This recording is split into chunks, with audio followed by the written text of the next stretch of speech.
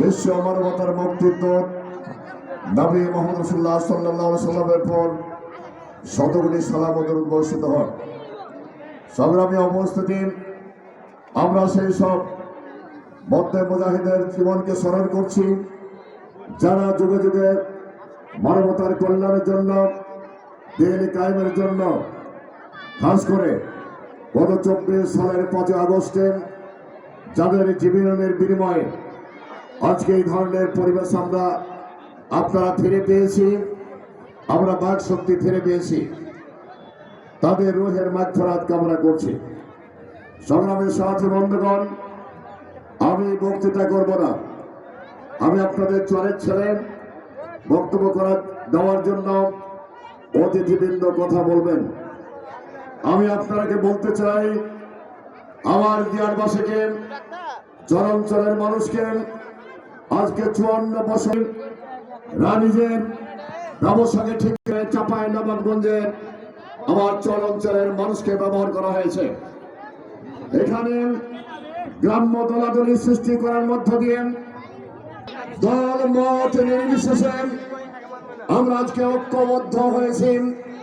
দাঁড়িপাল্লাকে নির্বাচিত হয়েছে।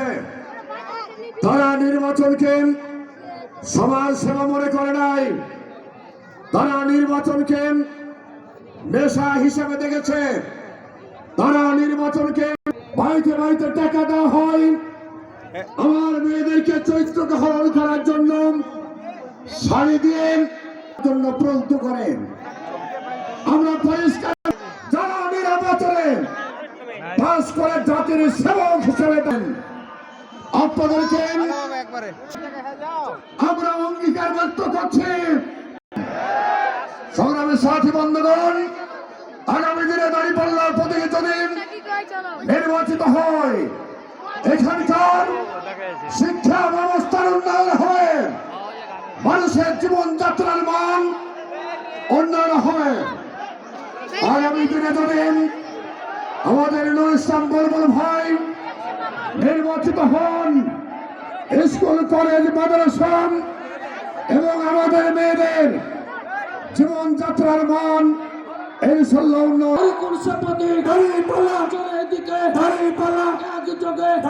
দিতে হবে না।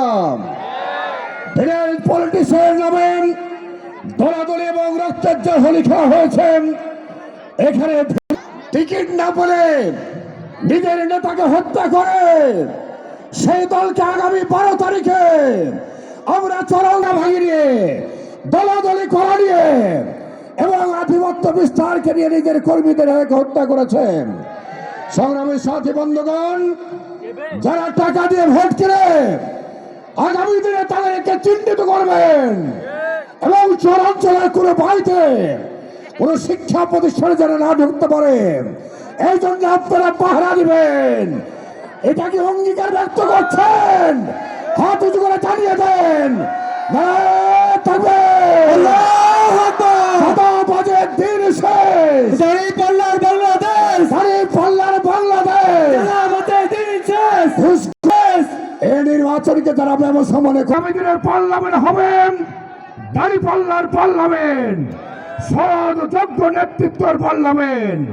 এই জন্য নুরুল ইসলাম বুলবুল ভাইকে আমরা আশ্বস্ত করতে চাই, জ্ঞানবাসী বেড়েছে ছোট, আপনি এগিয়ে যান, সবাই দিবে দাঁড়িপাল্লায় ভোট, ঠিক কিনা বলেন? ধন্যবাদ সবাইকে। আসসালামু আলাইকুম ওয়া রাহমাতুল্লাহ। সম্মানিত আজকের এই বিশাল জনসমুদ্র, এ পর্যায়ে আমাদের মাঝে বক্তব্য নিয়ে আসছেন চাঁপাইনবাবগঞ্জের প্রবীণ রাজনীতিবিদ, বিশিষ্ট সমাজসেবক, চাঁপাইনবাবগঞ্জ সদর আসনের সাবেক এমপি, জননেতা জনাব অধ্যাপক লতিফুর রহমান। জননেতা জনাব অধ্যাপক লতিফুর রহমান। আল্লাহু আকবার, নারে তাকবীর, আল্লাহু আকবার। ঠিক আছে,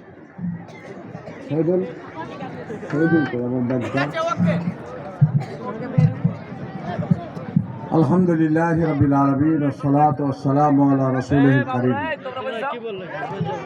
বাংলাদেশ জামাত ইসলামী